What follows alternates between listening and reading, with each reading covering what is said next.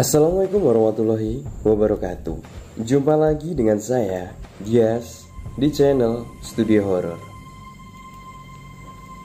Kali ini saya akan membacakan cerita dari pemilik akun Twitternya, Kalong Cerita Setan.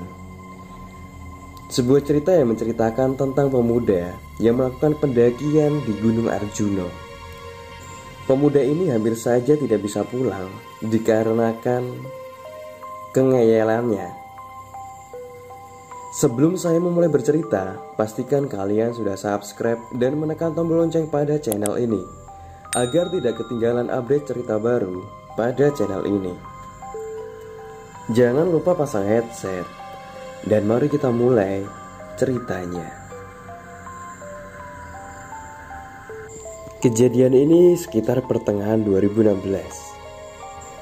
Aku dan 6 orang teman lainnya berencana untuk naik ke salah satu puncak di Jawa Timur, tepatnya di Gunung Arjuna. Kita berangkat sore dari Kalimantan dengan pesawat ke kota terdekat dari Gunung Arjuna.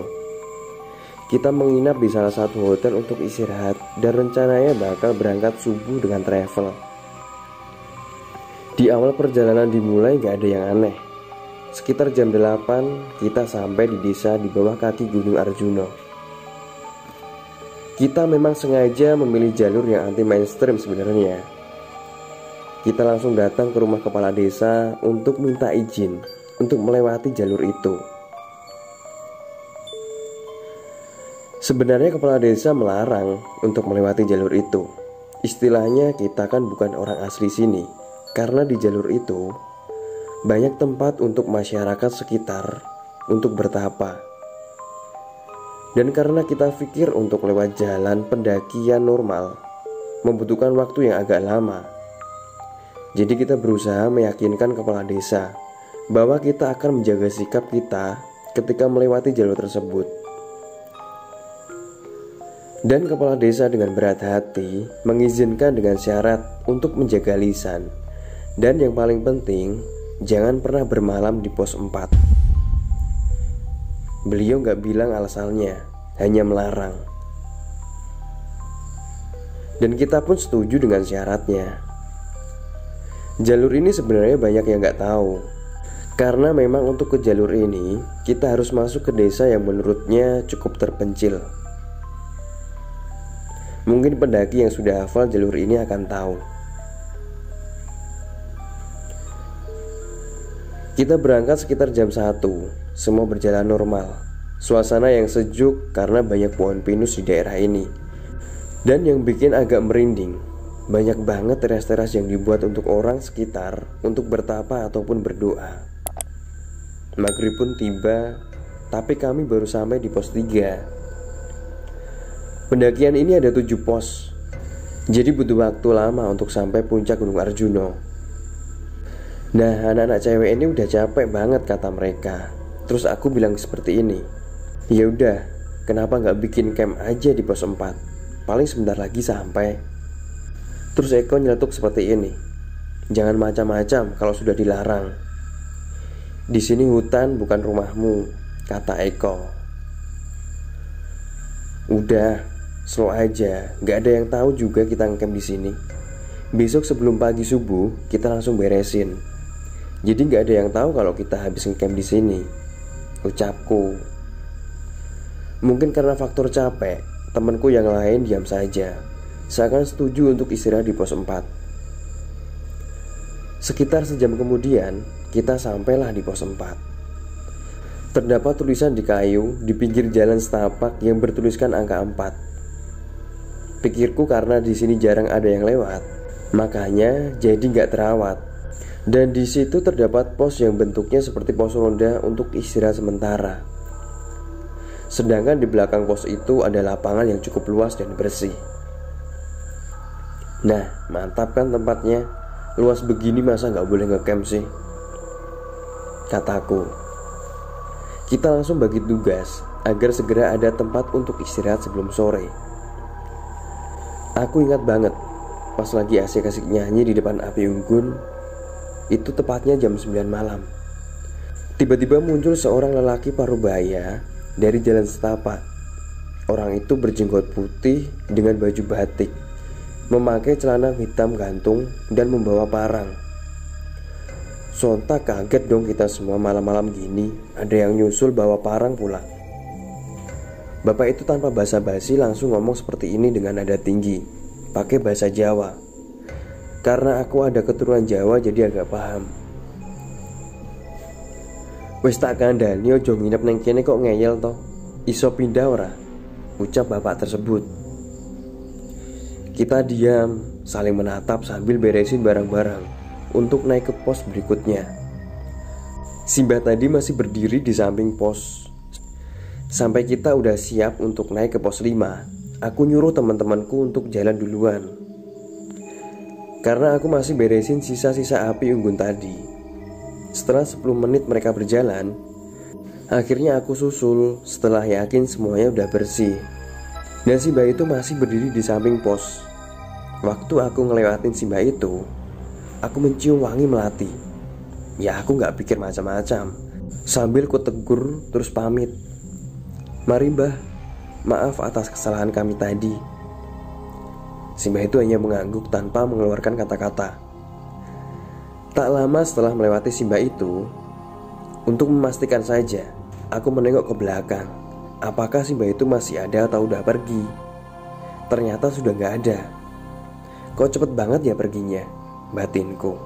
Dan disitulah awal semua kejadian itu terjadi. Sambil memikirkan Simba tadi, aku terus berjalan, berusaha menyusul anggotaku yang tadi jalan duluan. Tapi ada yang aneh. Kalian tahulah hutan saat malam itu gimana. Berisik suara malam hutan, suara serangga dan yang lain. Tapi kali ini berbeda. Suasananya sunyi dan senyap. Bahkan nyamuk pun gak ada. Perasaanku saat itu, aku mulai merasa ada yang mengawasiku, seperti ada yang mengikuti dari belakang. Mungkin sekitar 1 jam aku berjalan. Kenapa belum sampai ke rombonganku? Aku merasa kalau aku lewat jalan ini lagi. Aku kemudian cari kayu yang agak besar. Kemudian aku tancapkan di pinggir jalan setapak sebagai bukti bahwa aku tersesat atau tidak. Setelah sudah pasang tanda, aku mulai jalan ke atas. 10 menit berjalan, aku melihat kayu yang aku tancapkan tadi. Kok di sini lagi ya, batinku. Mulai frustasi. Pikirku coba aku turun aja. Dan hasilnya sudah jelas. Aku kembali ke tanda kayuku. Aku coba jalan ke kanan, berusaha masuk ke hutan, tapi hasilnya sama. Begitupun sebaliknya, aku selalu kembali ke tempat yang sama. Muncul pikiran panik. Aku yakin aku disembunyikan. Tapi aku salah apa? Apa karena ngecamp di pos 4? Kenapa cuma aku saja yang disembunyikan? Banyak pertanyaan yang muncul di kepalaku. Aku mulai putus asa dan lelah karena bolak-balik gak nemuin jalan. Aku duduk tepat di samping kayu tandaku, nengok kanan kiri depan belakang. Tiba-tiba dari pohon sekitar, aku merasa ada yang memperhatikan. Banyak banget aku merasakan itu. Cuma aku gak bisa lihat sosoknya seperti apa. Terus kemudian dari bawah gunung muncul sekelompok orang yang menggunakan pakaian kerajaan sambil membawa tombak dan obor. Mungkin sekitar 10-15 orang. Lewat tepat di jalan setapak di sampingku. Aku memanggil mereka tanpa jawaban. Tiba-tiba saja mereka berhenti, kemudian menoleh terus jalan lagi. Apa aku sudah mati ya? Tapi siapa mereka? Kenapa masih ada orang-orang yang memakai seragam kerajaan seperti itu? Aku cuma bisa berdoa agar segera ada pertolongan datang menghampiriku. Kemudian aku tertidur di samping jalan setapak itu karena gak tahu lagi harus bagaimana. Tiba-tiba aku terbangun di tengah keramaian. Akhirnya aku selamat, batinku. Aku bangun dan mencoba berdiri di tengah pasar malam. Masih dalam keadaan bingung, kenapa ada pasar malam di sini? Dan kenapa mereka berpakaian seperti orang desa zaman dulu? Muka mereka pucat semua tanpa ekspresi. Kemudian aku didorong dari belakang sangat keras sampai terjatuh. Ketika aku bangun, seketika yang tadi ramai menjadi sepi. Pasar yang tadinya ramai orang menjadi sepi, tak ada satu orang pun kecuali aku. Ku perhatikan ke sekeliling. Nampak aku kenal lokasinya. Ya, ini adalah pos 4, tempat kami ngecamp tadi. Tapi kok jadi pasar? Kemudian banyak suara wanita ketawa lirih melengking yang bikin merinding. Tapi yang ketawa ini ramai sekali, seperti berada di tengah-tengah orang yang lagi ketawa. Dengan gerak cepat aku lari karena udah ketakutan. Gak tahu lari kemana, yang penting menjauh dari suara tersebut. Terus aku melihat seperti pondokan di tengah hutan. Aku berhenti karena merasa aman. Kemudian ada suara berat dan besar yang membuat aku gemeteran. Seperti ini suaranya. Kowe ra iso mulih. Terus terdengar suara dari belakang dinding pondok, seperti ada yang mendorongnya. Ramai banget yang mendorong sampai berasa mau roboh. Mereka berusaha mendorong dinding pondok sambil ketawa cekikian. Sontak aku lari keluar pondok. Dan bodohnya, kenapa harus noleh? Di samping pondok itu banyak sekali makhluk di luar logika manusia.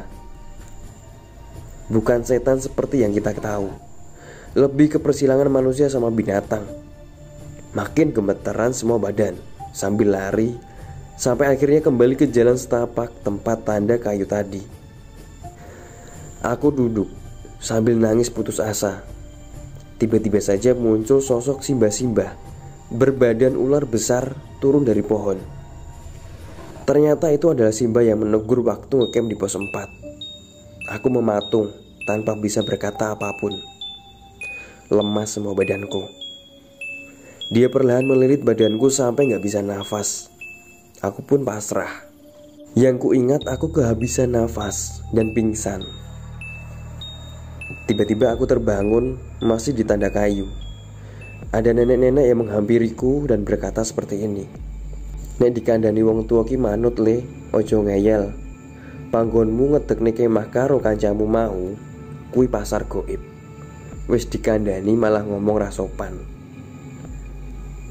Simbah ndelok awakmu ki mirip karo putuku. Saiki tak ewangi metu saka kene, tapi eling. Kene dudu omahmu. Dijogo omongane karo prilakune. Seperti itu ucapan neneknya.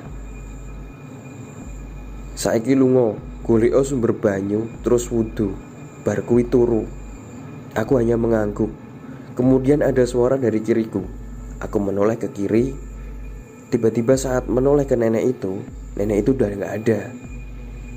Gak tahu kenapa tiba-tiba aku mendengar suara percikan air. Ada suara kecil mirip parit di belakang pohon besar. Aku langsung wudu di sana. Kemudian balik ke jalan setapak dan berusaha untuk tidur. Akhirnya aku tertidur. Belum lama aku tertidur, aku merasa ada yang membangunkan. Dan benar saja, saat aku bangun sudah banyak warga dan 6 teman-temanku yang ternyata sudah 3 hari mencariku. Malam yang kurasa singkat ternyata sudah 3 hari. Mereka menemukanku tidur di samping jalan setapak. Padahal mereka naik turun gunung melewati jalan itu tanpa melihat aku. Baru sore harinya ketika mereka mau turun, barulah mereka melihatku tidur di samping jalan. Dan alhamdulillah aku selamat waktu itu. Saran buat teman-teman, khususnya bagi pendaki, untuk selalu jaga lisan dan sikap kalian. Percaya atau enggak, tetap saling menghormati, karena kita hidup berdampingan. Mohon maaf, cerita sampai di sini. Semoga dari ceritaku ini bisa diambil hikmahnya. Sekian, terima kasih.